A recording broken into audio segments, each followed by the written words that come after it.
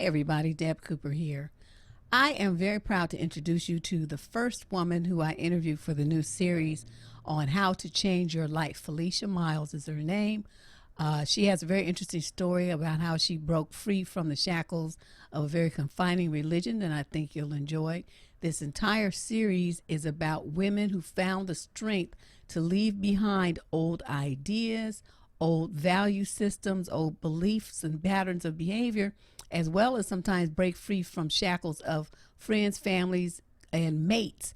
So I think overall, this will be very motivating for those of you who feel like you don't really know how to make the change, or you're kind of afraid of what might happen next. These ladies are living examples of how you can do it and what you'll look like on the other side. There's a newfound confidence. There's a light in their eyes. There's a joy in their face and a lightness in their step. And what I did notice too is that, it seems like right around the age of 40 is when women decide that they don't want to be that person anymore. They don't want to hurt like that. They don't want to feel that way. They want to live the rest of their life living their best life. So I hope that you enjoy this. Let me know what you think in the comments below. And if you're interested in participating in the event, in the series, and sharing your stories with the listeners here on the Debsterism channel, please fill out the interview form that I will link to in the show page below, and then either I or one of my cousins will get in touch with you to take you to the next step. Deb Cooper, I hope you enjoy this. I'll talk to you guys soon. Bye-bye.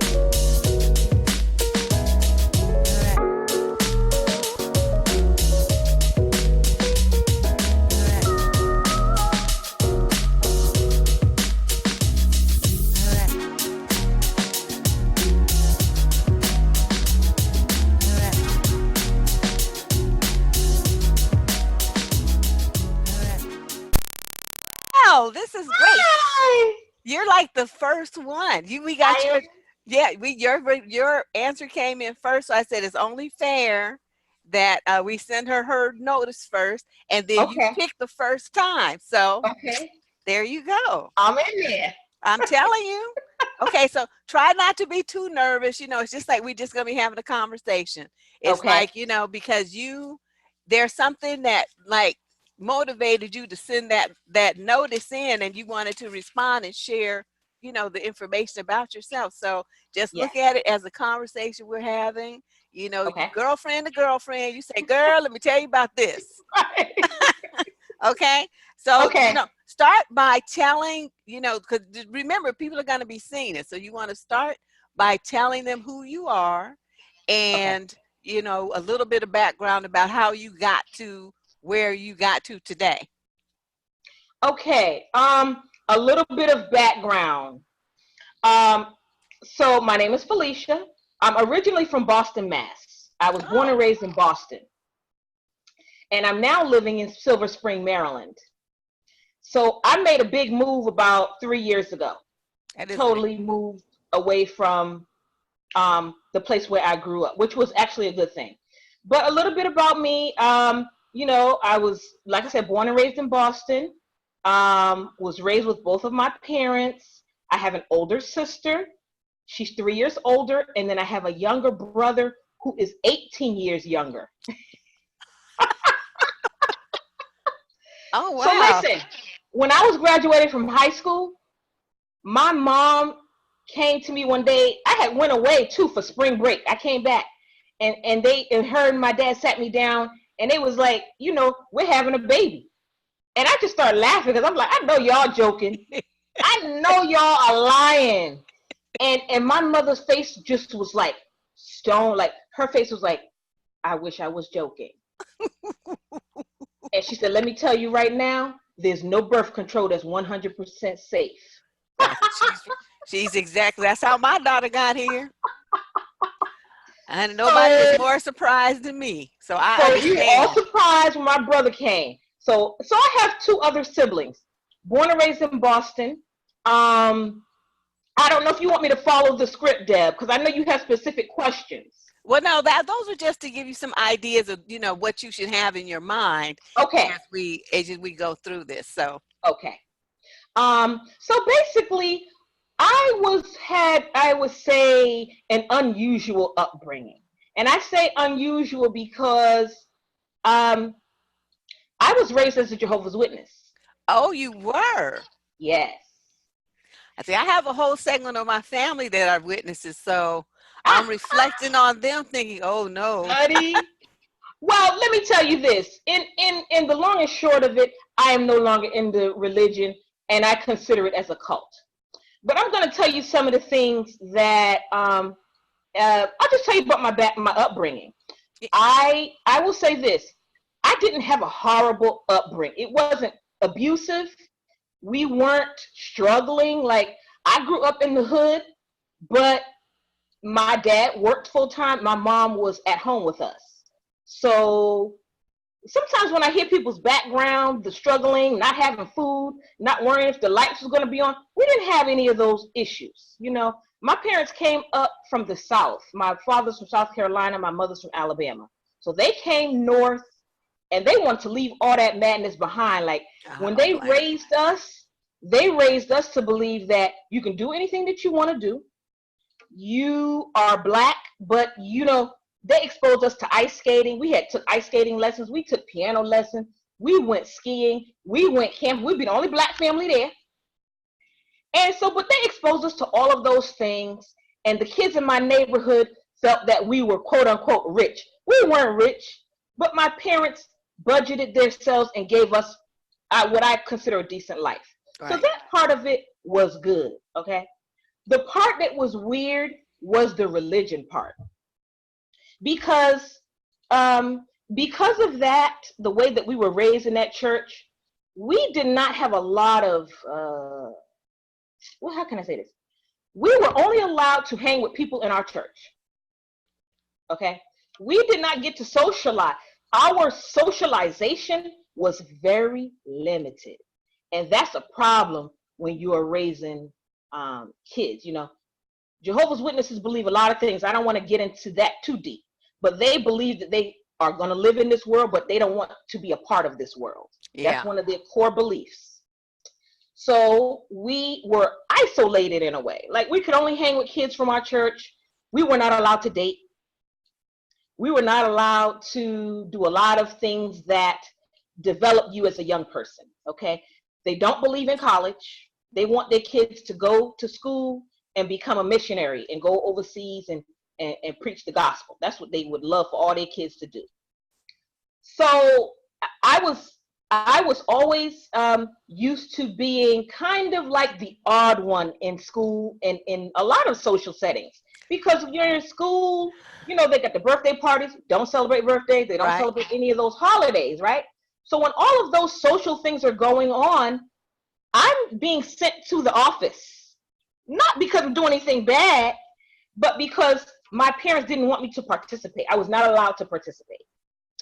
So let me just get to, so that's just a part of my upbringing. So it was kind of weird because we could play with the kids on our street, but it was limited. Like, me and my sister would come out to ride bikes, for example.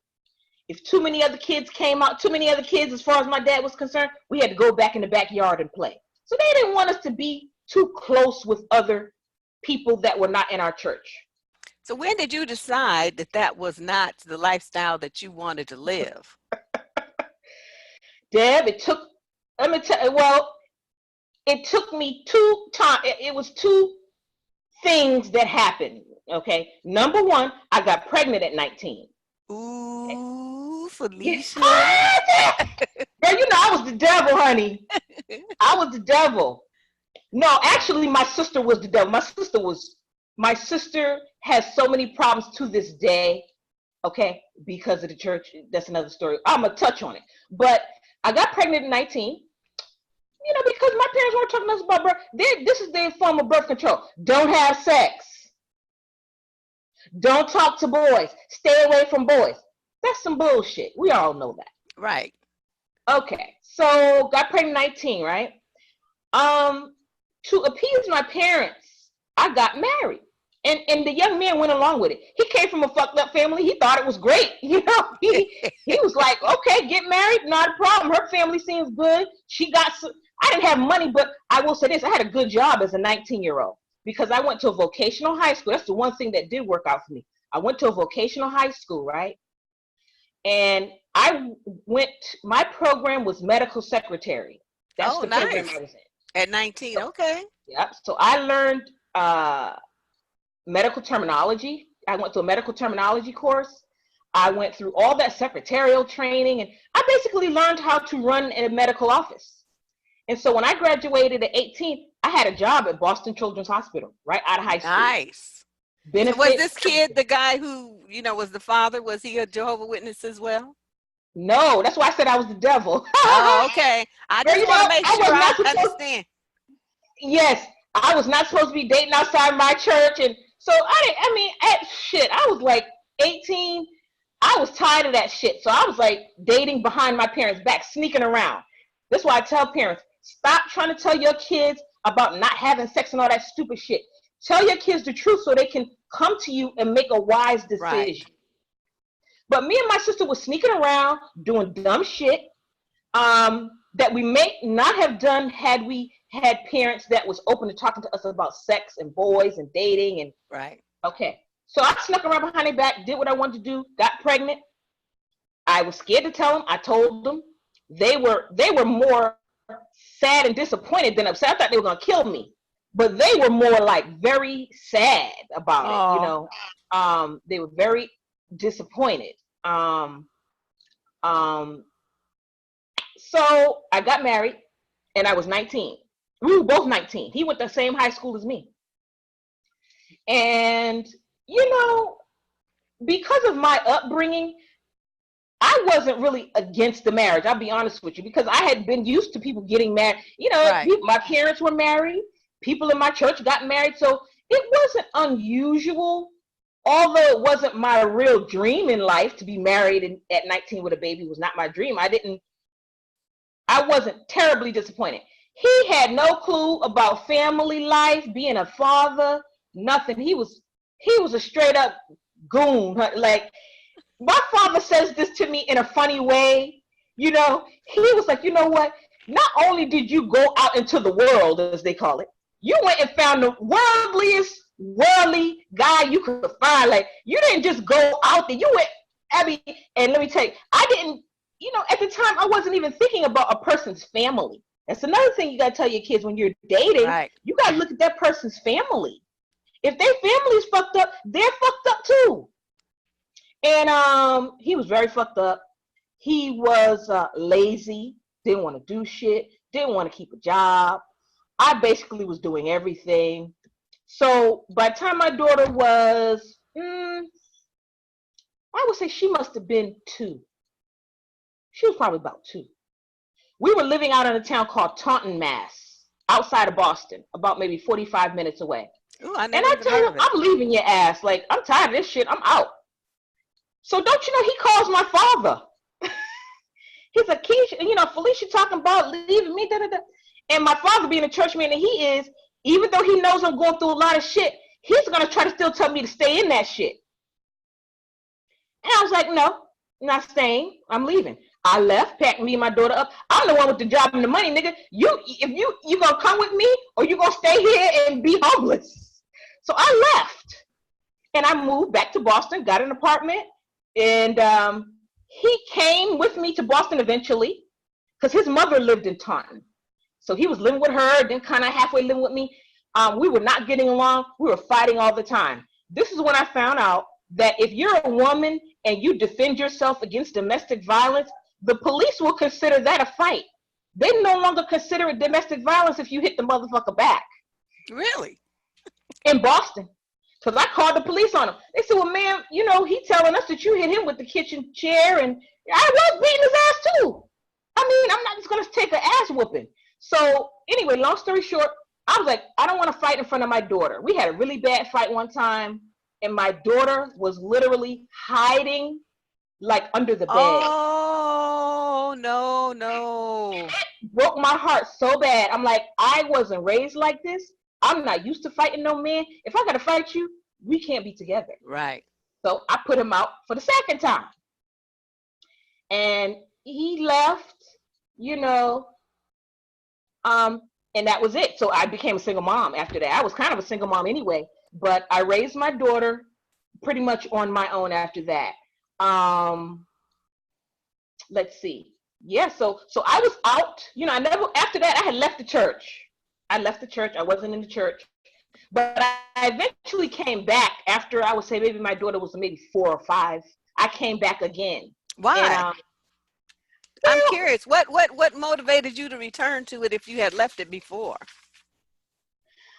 The support system. You know, because all my friends, again, remember, I didn't have any other friends outside the church, really. Oh, that's true.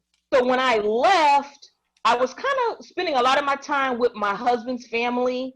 And then when I left him, I really wasn't hanging with them no more. They didn't want to be around me when there was no drama. They liked being around me when there was a lot of drama and bullshit. So I was kind of like on my own. And I felt like I needed the support.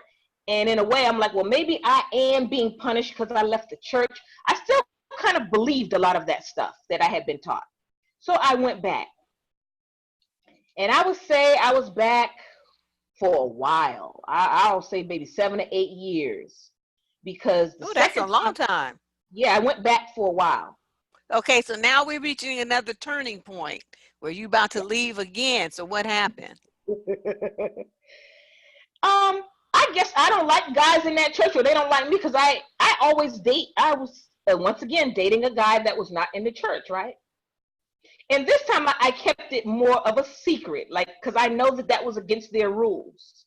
So I'm secretly dating this guy, but I did tell one of my friends in the church. And she says, now mind you, at this point now, I'm in my 20s now. I would say I'm about to turn 44 next week. So I am in my I would say middle 20s, 26, maybe 27. Okay. And she says, well, I'm gonna tell you now, you know, you're not supposed to be doing that. And if you don't break up with him, I'm gonna go to the elders. Those are the leaders in the church. They call themselves the elders. Yeah. And then, but she wanted you to get what they call it, disfellowshipped. Yeah, well, that's what I am now. So anyway. Look at you laughing. I didn't hear you, Deb.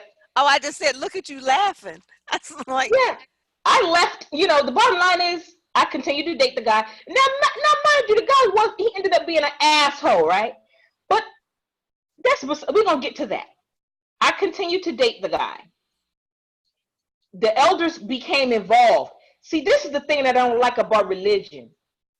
Let me tell you, if I'm an adult, right, and I'm coming to your church, only thing you need to be teaching me about is God and the Bible. You don't need to tell me who I can hang with, who I can date, who I can be around. That's what I don't like about the Jehovah's Witnesses. They're very controlling. And that's why I feel like it's cultish. Because, well, it does meet the standards of a cult. When you read, you know, what a cult embodies, it meets all of those standards. Yeah. But, you know, when you're in it, they always say, well, we're doing this to protect you. And, you know, they want to keep you separate from people because they want to protect you from the world and the worldly influences. Okay. Right. So my thing is, now I'm grown for real at this point. I'm not no 19-year-old no more. So the elders get involved and they question me about dating this man. It's like 7 or 8. They call it a body of elders, like sitting before this committee, right? They want to have a meeting with you about your personal business. So they're going to question me about the man. I said, yeah, I'm dating someone. He doesn't go to the church. Yes, I am. And you know what I'm going to tell you what really set me off, and I knew that it was time for me to leave. One of these elders said to me, well, you know, Felicia, this is your second time doing this. How do you think your parents is going to feel? I said, my parents? I said, isn't this supposed to be about me and God? See, that's the problem. You are making this about people and my parents and their reputation in the church. That's their business. Right. I am my own individual. I'm me. So once he said, he thought he was saying that in a way to hurt me, but I said to myself, you know what? This is the second time I've been in and out of this shit. This is not for me. So he was saying that in a way to kind of cut me down, but it rang a bell in my mind that said, this is not for you, Felicia. He's telling you, this is the second time you've done this. And I said, you know what? This is the second time I've done it. I will not be back. Good for you. Yeah. And so I left. And again, it has cut me off from a lot of people that I know and loved, but I don't want to be controlled. You know, it's almost, I call it the mafia. It's like they hold your family over your head. Like, we're not going to let you talk to your family unless you do this. So, yes. So how long have you been gone now? How many years are we talking about? I was probably like 28, 29 when I left. So at least 10 years. Okay. My dates could be wrong. I would say 9 or 10 years I've been gone. Okay. And so basically, how has your life changed since you made that, since you cut yourself off from that religion? I'm gonna be honest, it has been a challenge, but it's been a good challenge. You know, I have had to rebuild my life on my own, okay? Because when you're coming out of something like that, you're kind of relearning a lot of things. You have to relearn a lot of things. That's the only way I can describe it. For me, it has been challenging, but it has been freeing, very freeing. And for me, that's a good thing. I did not want to be under that control anymore. I got a brain. I know how to control my own life. So it's been okay. The only part that's been challenging, I guess, is meeting new people and kind of finding new friends. That has been challenging. But other things have been great, traveling and having the freedom to meet new friends, first of all. Right. Because I never, before it was like, these are people you hang with and that's it. So I would say for me, it has been a good thing. I don't have any regrets about it. I do feel sad that my family can't accept it. So do you still see your parents a lot and talk to them a lot? Or my dad will still conversate with me. I left Boston. I don't live there anymore. I live in Maryland. Maryland, right. My dad will talk to me more so than my mom. My mom is very staunch. She's very staunch. And I think if he were not around her, he probably would still be more in touch with me. I'm not saying they won't speak to me. If I call the house, they'll speak to me. But they don't reach out to me. They don't celebrate holidays, so we don't spend that time together. So it's like I'm disfellowshipped, and I'm kind of. How do they treat your daughter, though? Oh, they treat her fine because my daughter was never baptized. She was never a baptized Jehovah's Witness. See, I was baptized. She was not. So they still talk to her and they treat her fine. She doesn't particularly care for the way that they treat me. She hates it. She doesn't like it. But it is what it is. Right. I am not willing to go back to a religion that I don't really believe in to have this relationship with you. It's sad that you all want to use a religion to control our relationship. And it's not them, it's the church. It's the people, it's the elders, it's the people that they're listening to in their church, that controls them. What do you think, Felicia, draws people to that kind of controlling religion? Have you noticed any similarities in the personalities of the people who are members? Weak-minded. And not that my parents were weak-minded, but my parents, when they met the Jehovah's Witnesses, I'm going to tell you what got them. They were from the South. They were in Boston, right? They were trying to almost create a whole new life for themselves. And I think that's what they were open to a lot of things. And they weren't necessarily going to the Baptist church anymore. But besides them, the people that I've seen in that church, especially the women, they're looking for, they're not, let's see, okay, how can I say? It's not just a weak-mindedness. They're looking for someone to almost tell them what to do. They need someone to almost guide them. Followers. I've never been a girl. I always been I guess a rebel. Now, I don't see myself as a rebel, but I'm a person that likes to think for herself. I've always been that way. Even as a little girl, my mother used to say, "Your mouth gonna ruin you," meaning like I was outspoken. I'm gonna say what I want to say, and so I always felt that the people that are in it for status. I would say status too, because back home in Boston, if I say James Miles in any circle of Jehovah's Witnesses, they're like, "Oh, you James Miles' daughter," that kind of thing. So it's like a status that comes along with it. Oh boy. If you move up in the ranks. Have you ever talked to any Scientologist? Yes. You heard it? Okay. It's very similar to that kind of thing. You can like I said, I have some cousins that are Jehovah Witnesses, and we, I mean, they were that since childhood, and so I got firsthand look at it, and it was so sad because a lot of times, they couldn't even come to visit us. I mean, to talk about the cutoff of socialization, we would see them at my grandmother's house every now and then. Yeah. But like to come over and have weekends with us and stuff like that. I know. Sorry, that's my dog. Yeah, same thing. We did go to family reunions, but when we went to the family reunion, like all my cousins had these bonds that they had formed at other events, the birthday parties, Thanksgiving, Christmas. We didn't have those same bonds because we weren't around them a lot. We would see them at the family reunion and that's it, What about but a weddings? lot of the women, you guys celebrate weddings, right? You go to yes, you would go to the weddings? Okay. Yes, we did go to their weddings. That's true. Yes. Yeah. But so it's a status thing, in I guess somewhat control for the men, but for the women, I'm gonna tell you, there's a lot of women in that church that are having nervous breakdowns. They're depressed. They're not allowed. I mean, there's grown ass virgins up in like. I'm just saying, as a woman, you need to be touched, held. You want affection. You want to date.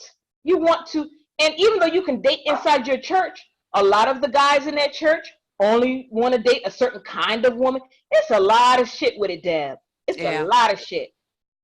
So tell me, now that you are the person that you are, Felicia, and you overcame all of that early training and stuff, when you look at what's going on with you now, what are you most proud of that you've done?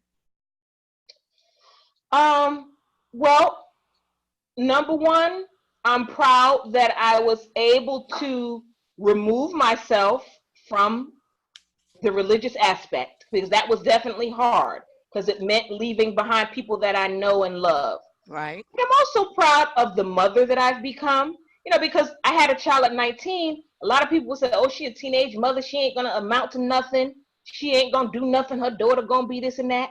Well, that hasn't been the case, because I've been able to maintain great employment. I became a paralegal. My daughter went to college. She didn't finish college. She still need to finish like another few more credits, but she ain't out here running around with a baby. She's 24. She's not perfect, but my life hasn't turned out the way people thought it would. People were I was ostracized, and people talk really bad about me. I'll just say that. And they expected me to become a bum, basically. They were looking for you to fail? Would you say they were looking to fail? Okay. Be a welfare mama. Yeah, be a failure. I've been able to travel outside the country with my daughter. We've been to Jamaica. We've been to Dominican Republic. We've been plenty of places. As far as the things that I'm proud of, I'm proud that I kept going. I didn't quit. I didn't give up. Now, it's difficult. One thing I will say to people, stop letting your family and your friends control what you want to do with your life. That's one thing I had to, it wasn't easy. We want support from our friends and family, but if there's something that you need to do go back to school, leave a church, do whatever it is, you need to go ahead and do it. If your gut is telling you this is not for me, you need to leave and do what you got to do. It was hard, but I kept going. I struggled as a single mom, but I didn't. I always worked. I worked hard at my job. I looked for ways to move up at work. I always took classes, anything that was free at my job. You know, I just kept moving forward. Good for you. Yeah. I can see, I mean, as you reflecting on it, I can see your expression change and your Uh-huh. eyes lit up, just talking about all Yeah. the wonderful things that you have done. Yeah. Girl, I got to give you some dap on that. Bump, Thank you. fist pump. That's wonderful, Felicia. Well, let's see. So like looking at what's left for Felicia. I mean, not like you gonna croak tomorrow or anything, but like Right. with all the stuff that you've done and all the things you've tried to do, and as far as you've come, what's left? Is there still anything that you're really burning that you want to do with yourself, with your life? That's a good question. I think about that almost daily. I think you had a video on it. You had a video one time, and I took a lot of notes, and it was about finding your purpose. It wasn't called finding your purpose, but it was something like that. Right. And you gave us a lot of good things to think about.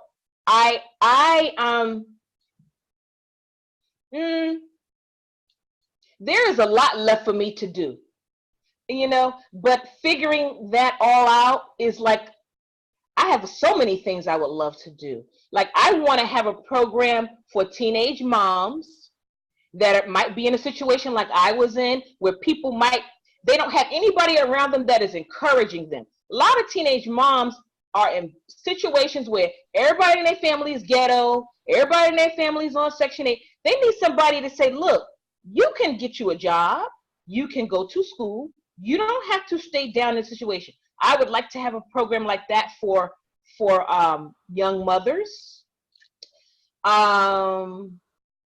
That's one of my main things and I haven't really figured out how to piece that together or how to do that yet. So okay, but it is on your mind. Okay. Yes. That's all I wanted to know. Yes. Okay, so I got two final questions for you. Okay. The next one is, the whole series here is called living your best life. That's my motto for February, and I'm carrying it on through 2019. So when you think about that phrase, what does that mean to you? Live your best life. For me, you know what it means to me, Deb. And this took time for me to get to this point. For me, living my best life is being of sound mind. I want to be mentally sound. I want to be physically sound. And I want to live my life, meaning, okay, so let me back up. A lot of times when I hear people say that, they're talking about getting a BMW, getting them a mansion, or those things are not, I've never been a materialistic person. So for me, living my best life is when I wake up in the morning, I have peace in my mind, in my home, my body is healthy, I'm exercising, mentally I'm sound, I'm not letting people stress me out, and I'm making decisions in my life that are the best for me. Excellent. Yes. Okay, that's a good summary. Yes. Well, and then on the last one, what kind of things are important to you now versus, say, then? I would say now, having genuine friendships, maintaining genuine friendships with people, healthy friendships, and relationships of all kinds, making sure that those are all healthy, because I was attached to a lot of people who were not good for me. Again, maintaining good health. High blood pressure and diabetes runs in my family. Oh, no. Depression, mental issues runs in my family. Like, my sister has had 2 nervous breakdowns, and I suspect that my grandmother had some mental issues, but we didn't know, just based on things that I've heard about my grandmother. So all of those things for me, I forgot your question. I hope I'm answering it. That's You all know, right. I ramble. I was just asking, what kind of things are important to you now versus what was important to you then. Oh But I yeah. think you answered it. So yeah, the things that are important to me is just make sure also maintaining my career. Like, I just started a new job. I like to excel at work. I want to be, doing a good job at work, and also working on finding my purpose. Because we all have a job, but then we also have a purpose. So that Exactly. is key for me too. So in closing, is there anything else that you want to tell the people who are going to watch this video? Like your Felicia's 3 tips for changing your life as you did it? I think I said it earlier, but I'll say be in touch with yourself. As women, and I listen to your channel all the time, and I hear women who spend too much time thinking outside, thinking about Yeah. what other people want, what their boyfriend want, what their kids want, what their mom and them want. I would say spend more time with yourself. Meditation. I meditate now. Go inward. Go inward, right? And really have a conversation with yourself about what is going to make you happy. Okay? Do what's going to make you happy. There's going to be a lot of people that's going to be unhappy with your choices. You're going to have to learn to say, I don't give a damn. You're going to have to be tough. You're going to have to learn to stop caring about what other people think so much and their feelings, and worry about your feelings. Because that's one of the things that I love about my life now.